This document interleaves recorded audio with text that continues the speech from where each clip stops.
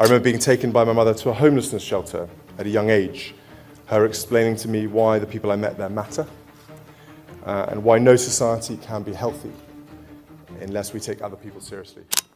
At 44, Prince William collapses after discovering what King Charles hid for 30 years. Okay, stay with this for a moment, because the collapse was not caused by an illness, a public argument, or something William expected to find. According to the account behind this story, the future king had been shown a sealed palace file connected to his mother, Princess Diana, and what he saw inside reportedly left him unable to remain standing. The discovery was different from the scandals usually surrounding the royal family because it pointed to a private inheritance, a personal instruction from Diana, and a decision King Charles had apparently kept hidden for 3 decades. William reportedly lowered himself into a chair as the meaning of the documents began to sink in. He was not looking at an old photograph or another piece of royal history. He was looking at evidence that his mother had left a specific request concerning his future, and that Charles had known about it for years. The question was no longer simply what Diana had wanted.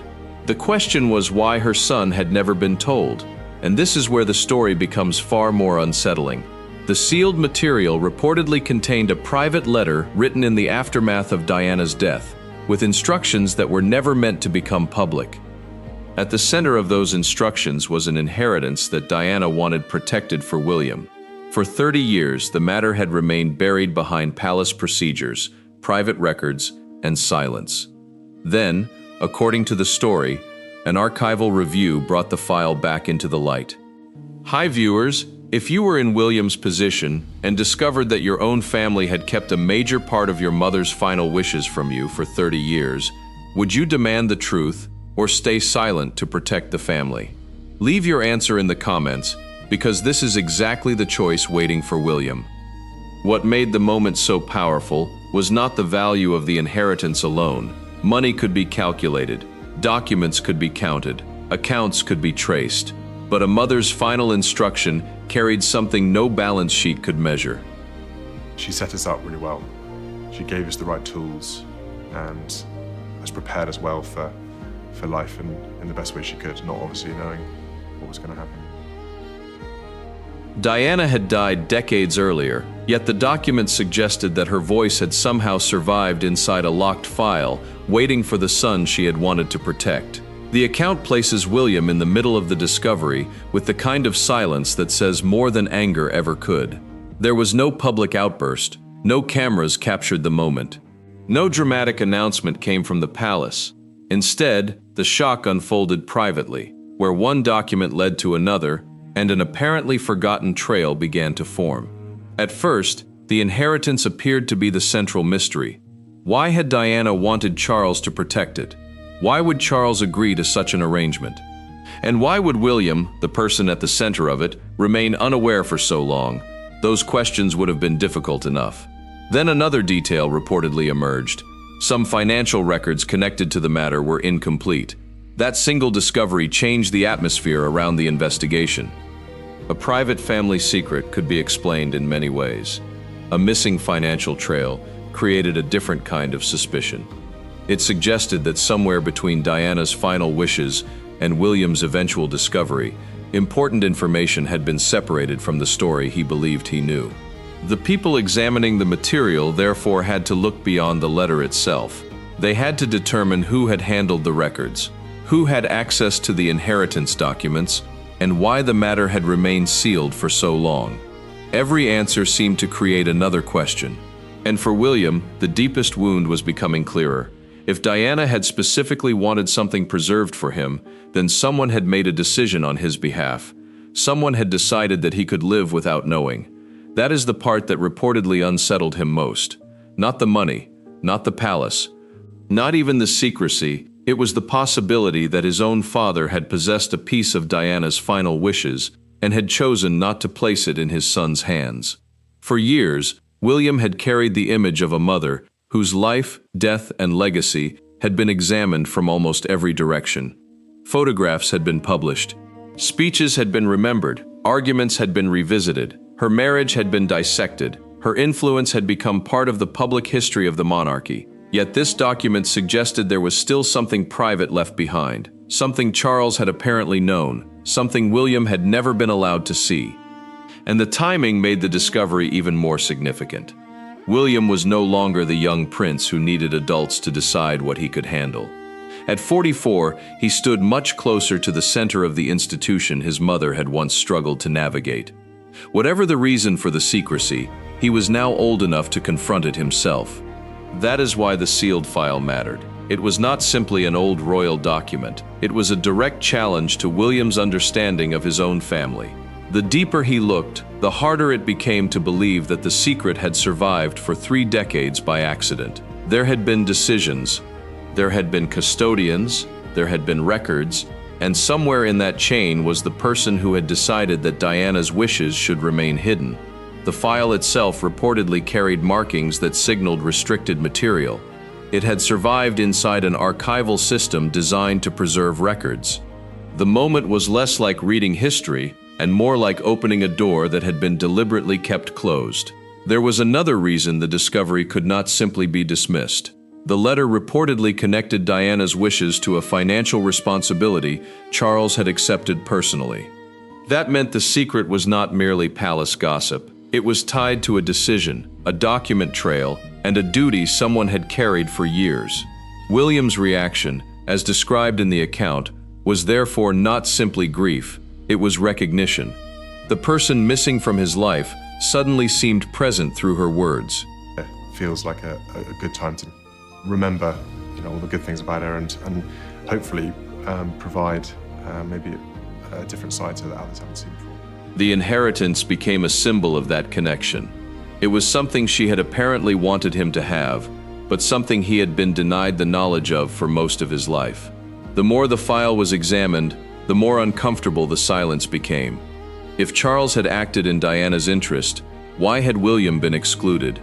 If the inheritance had been protected, why were parts of the financial record difficult to locate? And if everything had been done properly, why had the matter remained sealed for 30 years? Those questions were no longer theoretical. They were sitting in front of William. And somewhere beyond that first file was a second layer of the story, one that could turn a family secret into a confrontation inside the palace itself. Had Charles hidden the inheritance because he wanted control? Had he been trying to protect William from a painful family dispute? Or had Diana herself given him a responsibility that required silence? Each possibility changed the meaning of the file, and that uncertainty was precisely what made the discovery so dangerous. Because if Charles had simply taken something that belonged to William, the answer would be clear. But if he had protected it, the story became much more complicated. The documents reportedly suggested that the inheritance had not vanished. It had not simply been forgotten. Someone had been watching over it. And that raised the most disturbing possibility of all. Perhaps the secret William had just uncovered was not about what Charles had taken from him. Perhaps it was about what Charles had quietly preserved for him. Before William could understand that possibility, however, he would have to uncover what Diana had actually written, why the instruction had been sealed, and why the financial trail surrounding it appeared incomplete. The next document would bring him closer to an answer, but it would also make the secret far more personal. If this matters to you, do not scroll away and leave the truth buried with the silence that protected it for 30 years. Like, share, and subscribe, because the next part reveals what Diana's private letter reportedly asked Charles to do, and that is where this story gets much worse. The first sentence in Diana's letter was reportedly not about money at all. It was about William. That detail changed the meaning of everything William had just discovered. The sealed file was no longer simply a record of an inheritance.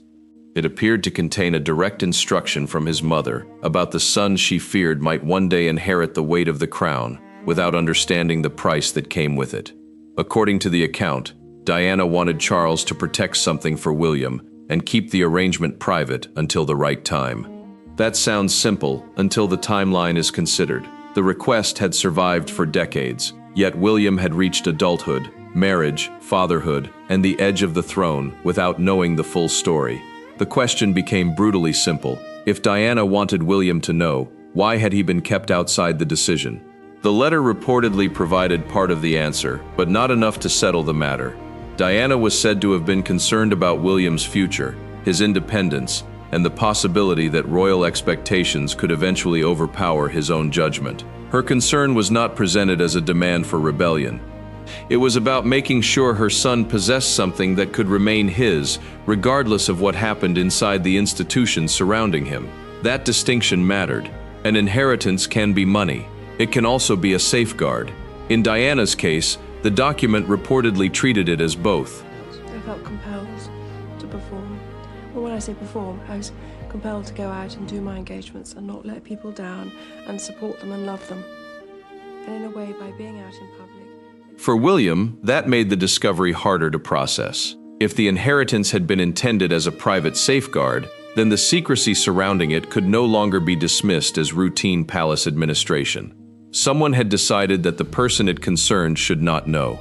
The letter reportedly contained instructions about preserving the inheritance rather than immediately transferring control to William. That detail became crucial because William was still young when Diana died. Charles could argue that he had been acting as a father, protecting a child from complicated financial and family matters. But there was another problem. Time had passed. William was no longer a child. He had become an adult, a husband, a father, and the future king. If the arrangement had remained hidden long after he was capable of understanding it, then the original reason for secrecy became much harder to defend.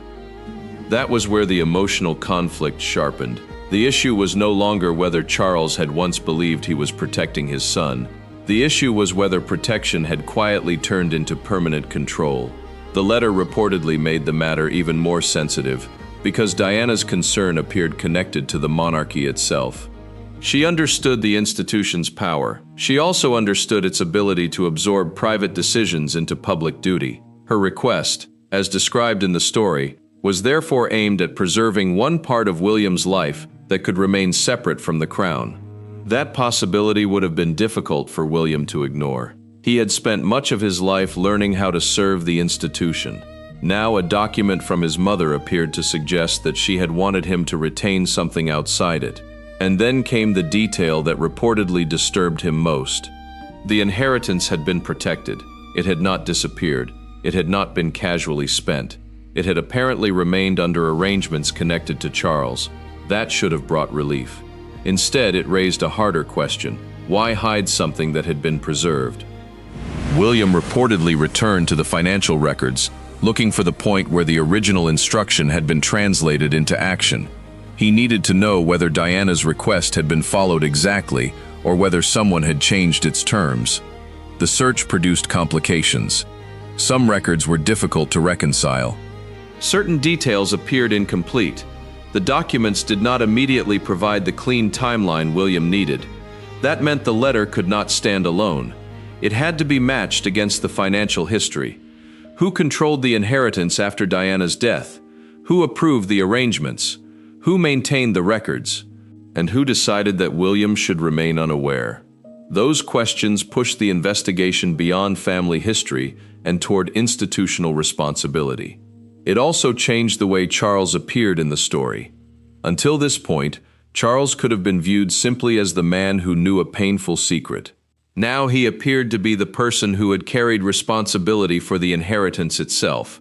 That did not prove wrongdoing, but it made his silence more significant. A father keeping a painful letter from a child could be explained as protection. A father keeping financial arrangements hidden from an adult heir was much harder to explain. This was the point where palace sensitivities reportedly increased. The inheritance was not merely a private asset. It was connected to Diana's wishes, William's future, and Charles's decisions. Any attempt to reopen the matter risked reviving old questions about the family at precisely the moment the monarchy needed stability. And there was another person who could not ignore what was happening: Camilla. Her position made the reopening of Diana's affairs especially delicate. According to the story, she opposed reopening the matter because she understood what another investigation could unleash. Old accusations could return, old headlines could return, and every new document could create another question about how the royal family had handled Diana's legacy.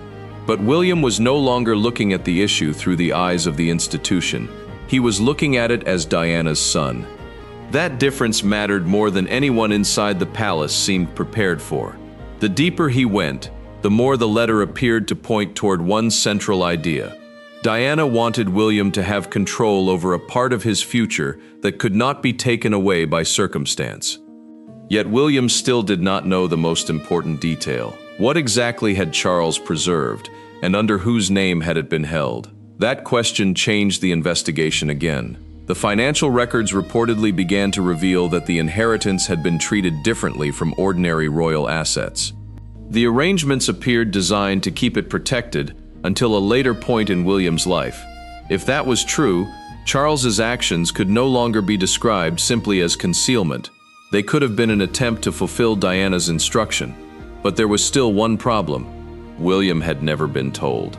That omission became the wound beneath every other question. Because even if Charles had protected the inheritance perfectly, he had still deprived William of the knowledge that his mother had left something specifically for him. And that knowledge could not be restored by money. It could not be restored by a palace statement. It could not be repaired with an explanation offered decades too late. For William, the letter had reopened a part of his mother's death that he thought had already been settled.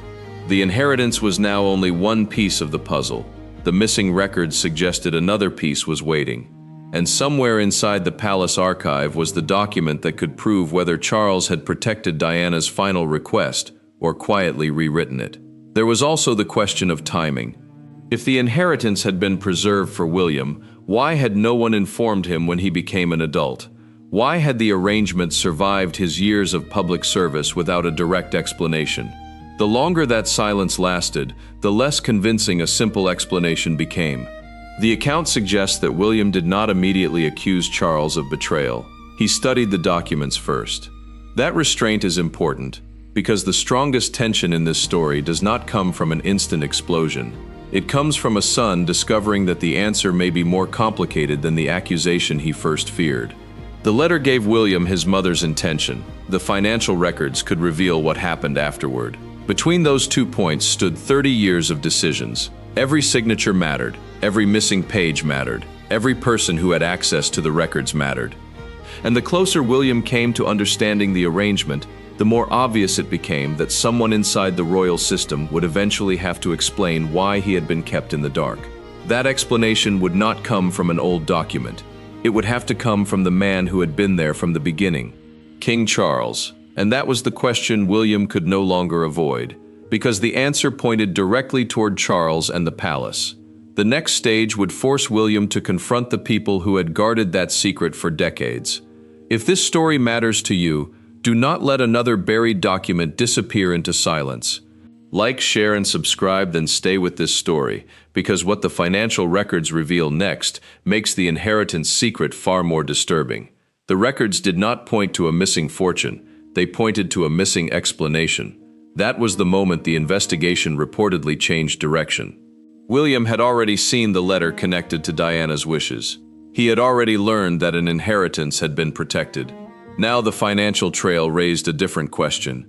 Why did the paperwork surrounding that protection appear incomplete?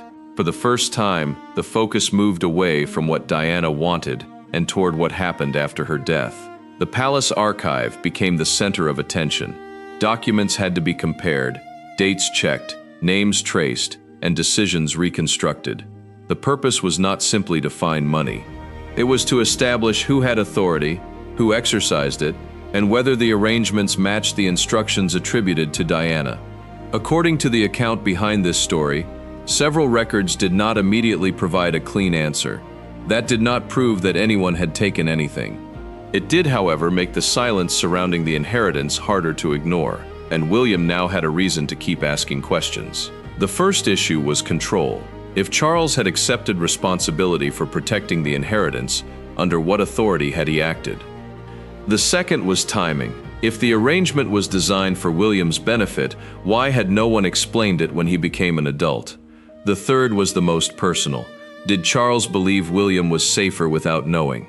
Those questions placed the king in an uncomfortable position. Charles could argue that the arrangement had been created to honor Diana's wishes while protecting a young prince from complicated financial decisions.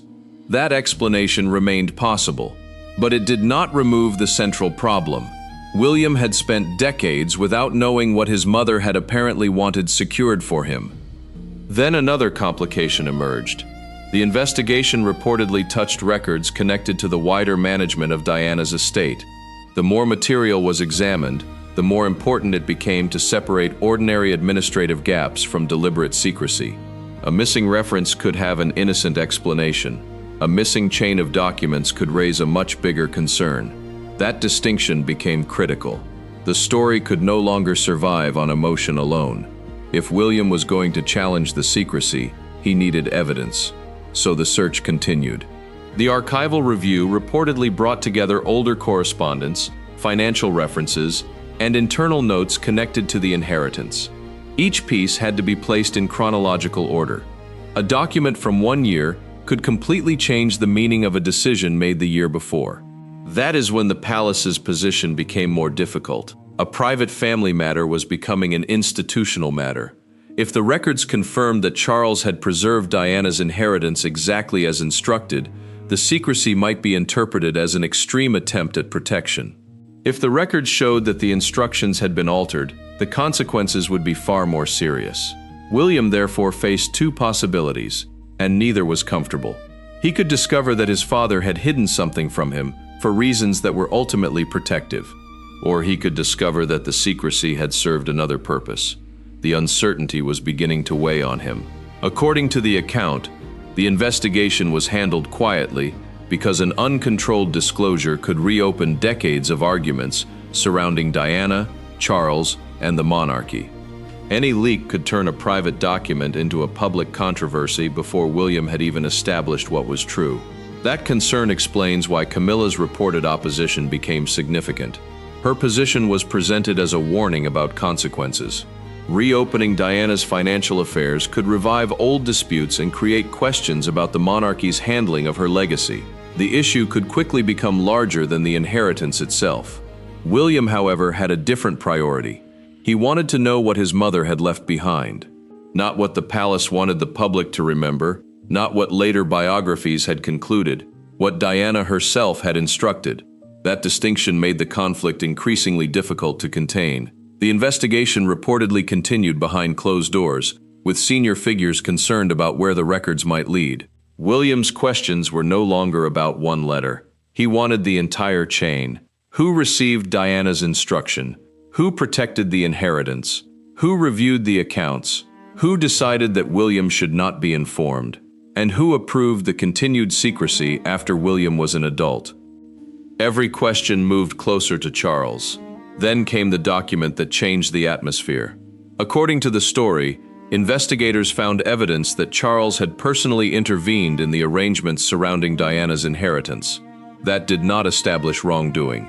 In fact, it could support the opposite conclusion. But it meant Charles could no longer be treated as a distant figure who merely knew about an old family matter. He had been involved. That discovery reportedly left William with a decision. He could stop there and accept that his father had acted according to reasons he might never fully understand. Or he could ask Charles directly. Before he did, another issue had to be considered. The inheritance was apparently still protected. That fact made the story harder to explain, not easier. If Charles had wanted to take the inheritance away from William, preserving it would make little sense. If he had wanted to honor Diana's wishes, hiding the arrangement for decades still required an explanation. The contradiction became the heart of the mystery.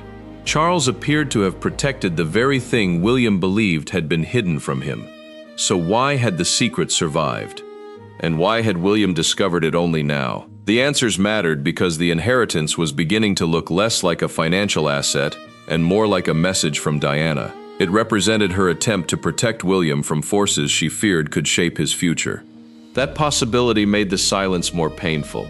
A son could forgive a father for protecting him when he was young, but could he forgive being denied the truth after he was old enough to understand it? That was the question William now carried into every review of the records. The palace could control statements. It could restrict access to archives. It could insist that private family matters remain private, but it could not change what the documents appeared to say, and it could not erase the fact that William was now reading them. The pressure reportedly increased as the possibility of a wider leak emerged. If details reached the press before the family had agreed on how to handle them, the palace could lose control of the narrative. That was exactly the situation royal institutions traditionally try to avoid. For William, however, controlling the narrative was becoming less important than understanding his mother. He needed to know whether Charles had followed Diana's wishes or simply interpreted them in a way that suited the circumstances of the monarchy. That distinction would determine how William viewed the entire secret. It would also determine how he viewed his father. The closer the investigation came to a final answer, the more obvious the next step became.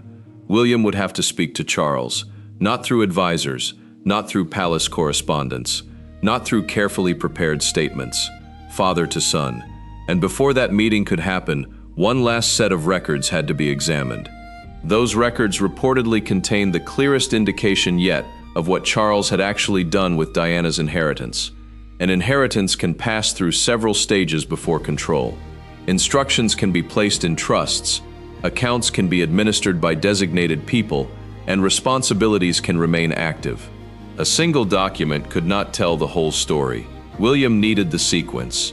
He needed to know what Diana requested, what Charles agreed to, what administrators recorded, and what happened when William reached the age at which restrictions should have been reconsidered. They suggested that the arrangement had been maintained rather than abandoned.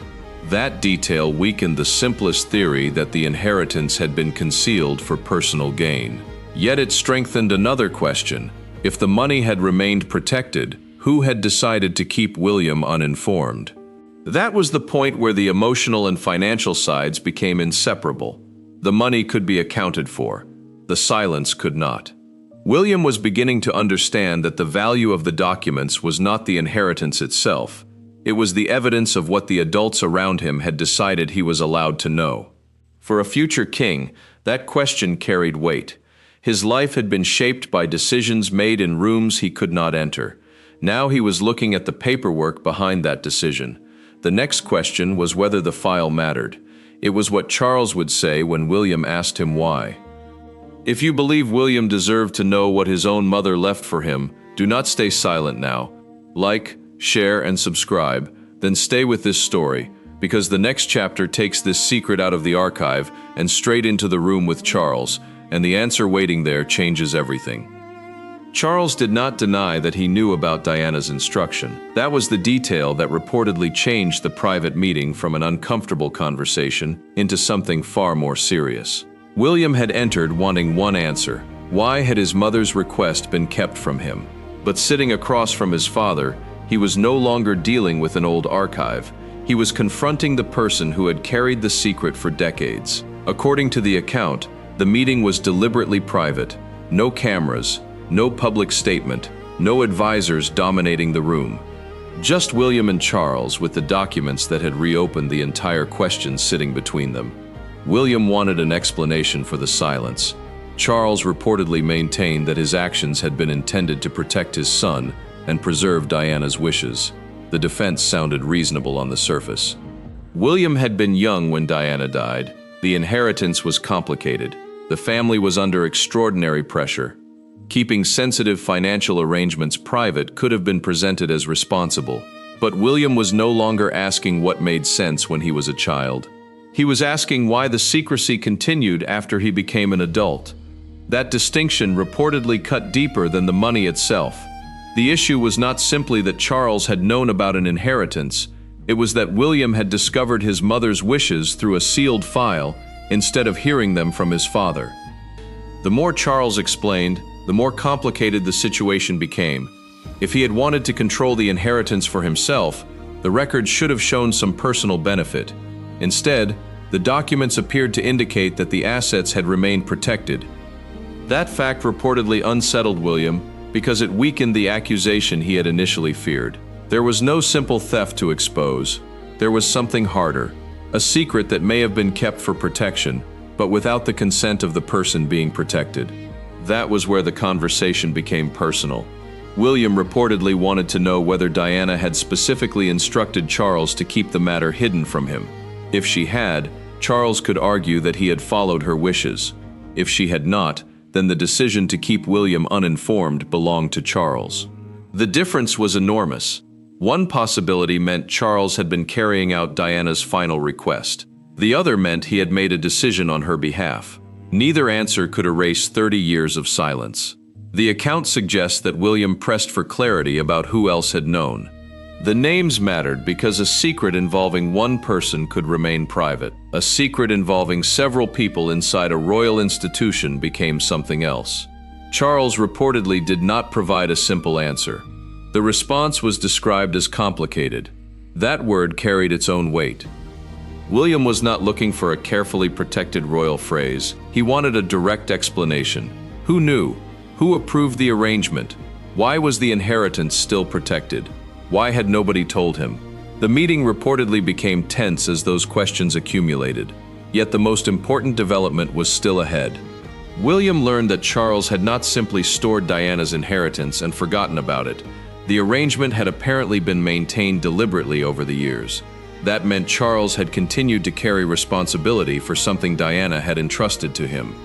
For William, this created a painful contradiction. His father may have preserved his mother's wishes while simultaneously keeping him ignorant of them.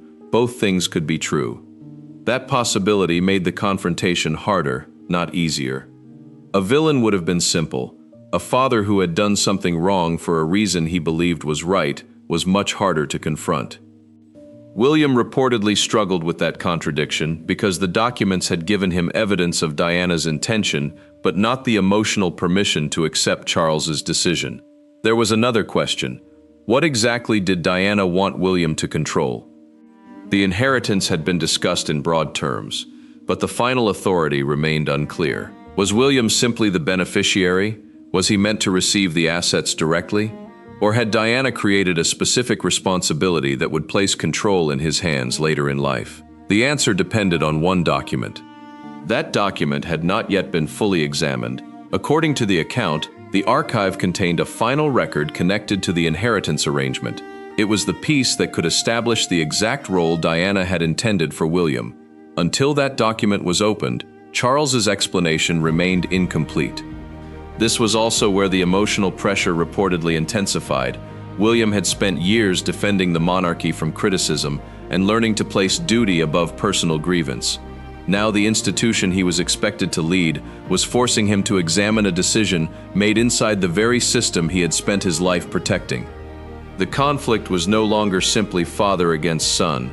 It was private truth against institutional silence. Charles reportedly understood the danger. Any public disclosure could revive old arguments surrounding Diana and reopen questions that the family had spent decades trying to leave behind. But William had reached a point where silence carried its own cost. If he accepted the explanation without seeing the final document, he would still be relying on someone else's interpretation of Diana's wishes.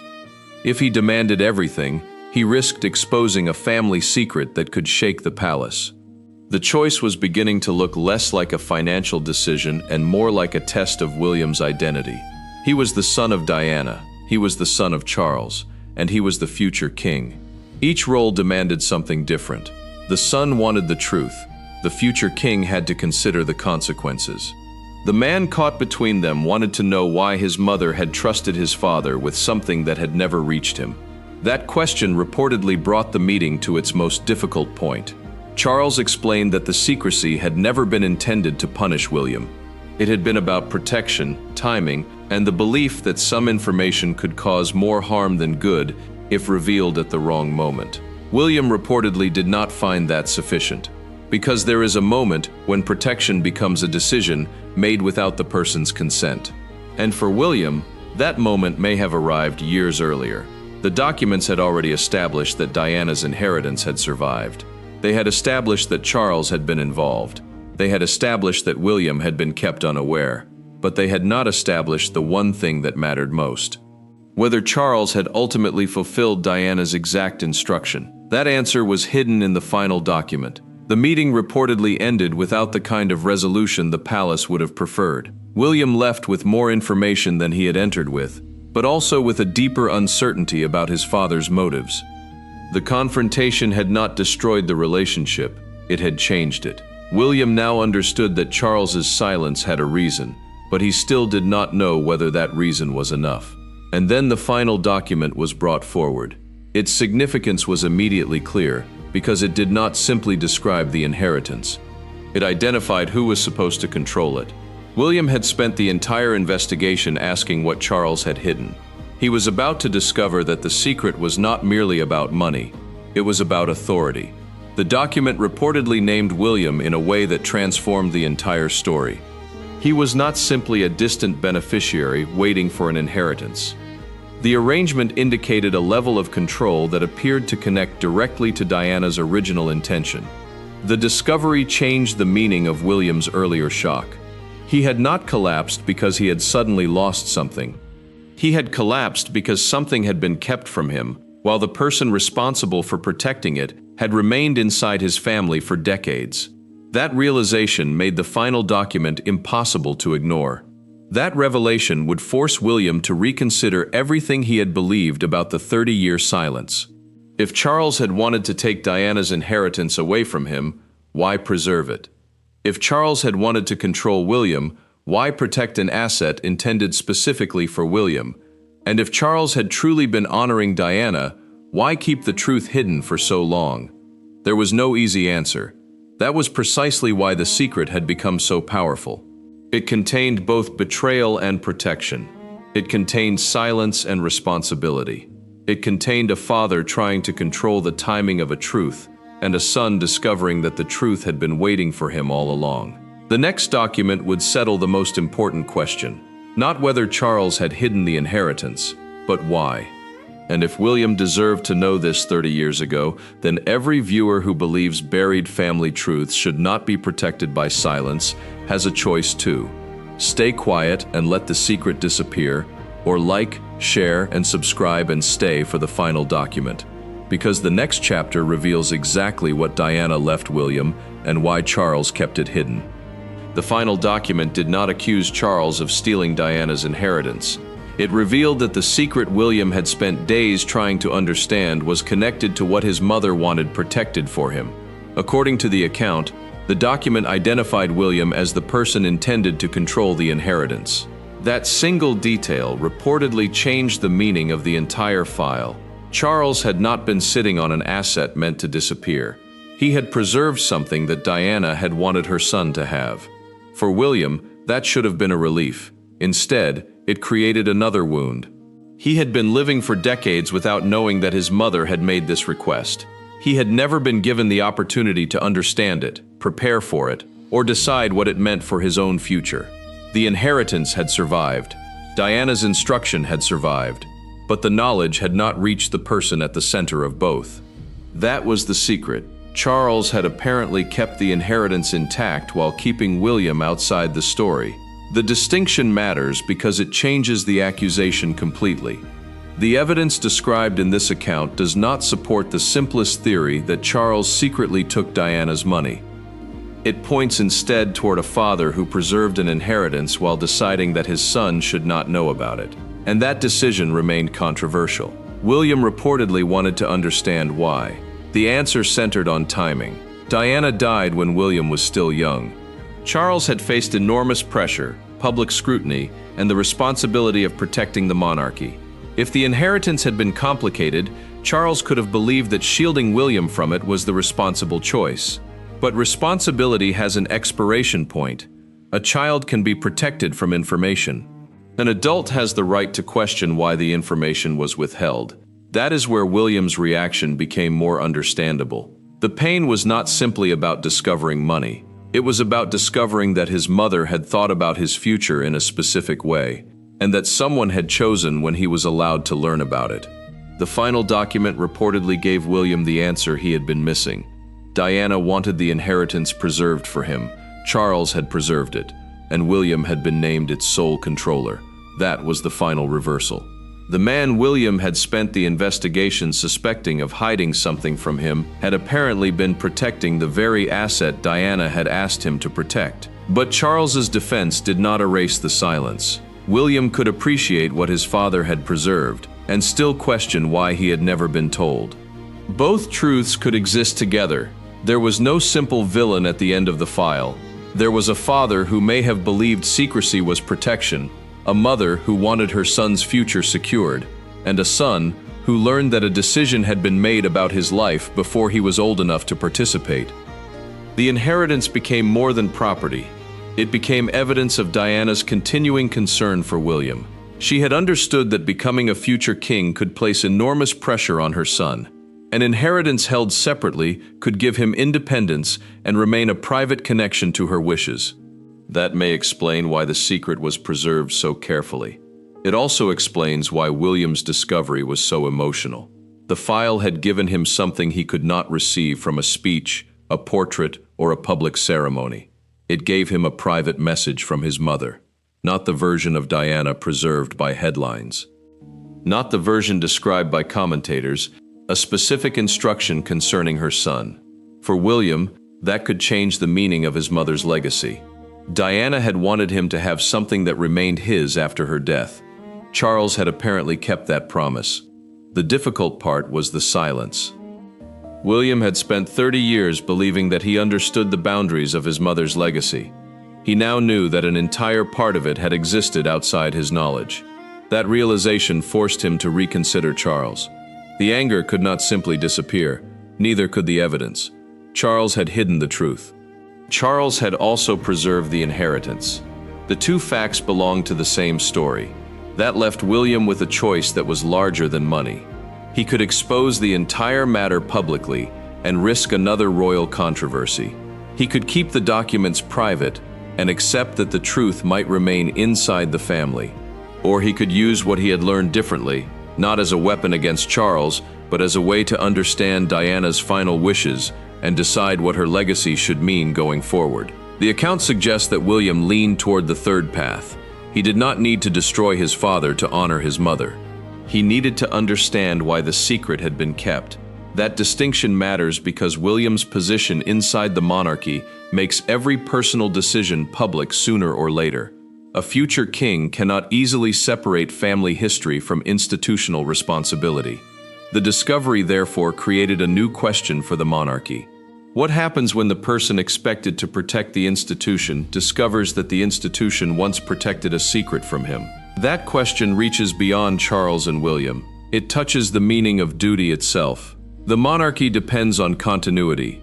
Families protect private information. Institutions preserve sensitive records. But secrecy becomes dangerous when the people affected by it eventually discover that they were never given a choice.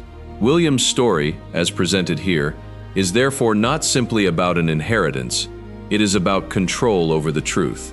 Diana wanted something preserved. Charles preserved it. William inherited the right to control it. But the missing years between those three facts became the source of the pain. The final document closed the financial mystery, but not the emotional one. Why had Charles waited 30 years?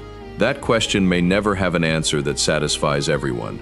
Perhaps Charles believed William needed protection. Perhaps he believed Diana's instruction required discretion. Perhaps he feared that revealing the arrangement would create another public battle around Diana's legacy. Or perhaps he simply believed that silence was safer than truth. Whatever the reason, the result was the same. William learned about an important part of his mother's wishes only after decades had passed, and that is why the image of William collapsing into a chair carries such weight in the story. The reaction was not presented as weakness. It was the shock of discovering that the past still contained something capable of changing the present. A sealed file had reopened a relationship between a mother and son that death had never completely ended. The inheritance was protected. Diana's request had survived.